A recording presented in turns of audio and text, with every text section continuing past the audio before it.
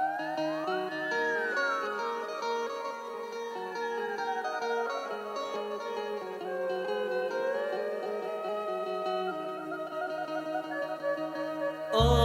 ยน้อเด้น้อมบูชาองค์พระธาตุลาน้อมนั้นนาเนื้อเกศาโอ้น้อทุกเทียนต่างดอกไม้ใบายสีใหญ่มาลาอันแม้นว่าสักการะบูชาศาสดาทั้งเก่าพระธาตุเจดีย์เจ้าน้องชายเฮาลำคากลางลำโค้งทาลาศักดิ์สิทธิ์สาซอยคำน้องชายกำหุงเจริญบัดนี้เชิญทั้งฟ้าทั้งเทวาพญานาคมวลชนหลากคำพร้อมสิย่อน้อมระลึกคุณระลึกคุณ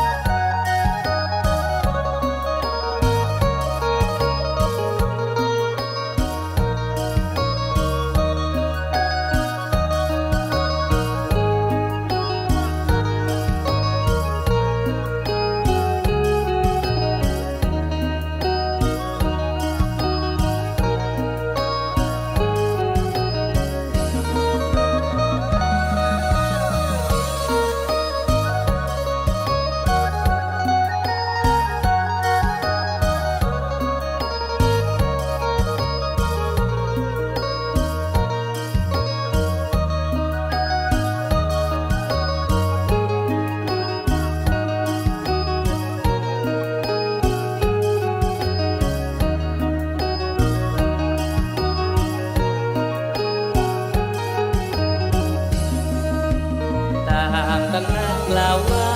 ด้วยศรัทธาต่อศาสดาอรหันต์ทางหาอัญเชิญมาณริมฝั่งโขง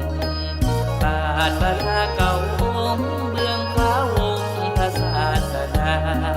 พระบรมสารีริกธาตุคือพระบาทพระพุทธเจ้าเก่าองค์เบื้องฟ้าทรงพัดเท่าพระสอนหนึ่งเก่าไทยก็แผ่พระเจดีย์นามีพญาสังฆาพิชัยทองสุโธนาคไทยสร้างไว้ใส่บุงดำลงพระศาสนาต่อมา2,109นี้พญาชัยเชษฐามีสร้างเจดีย์ทองชาวหนองคายขอบไว้ในอุโมงค์น้ำไหลซอกฟังโค้งเจดีย์องค์ลงพังทลายกลางคงนาทีสายอันยาวใหญ่เหลือไว้แต่ทานองค์พระธาตุภูบ้านน้องคายนั้นเข้ามาแบ่งบองทาง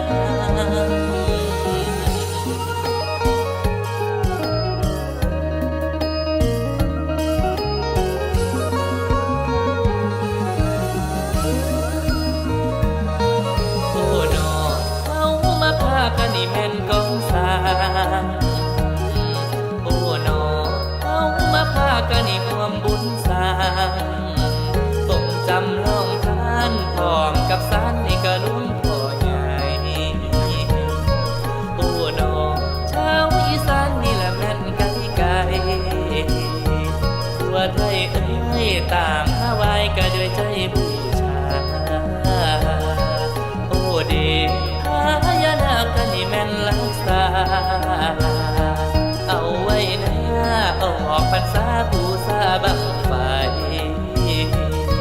ทำเอ่ยเลี้ยงจังสูนกันให้แม่นภูมิใจ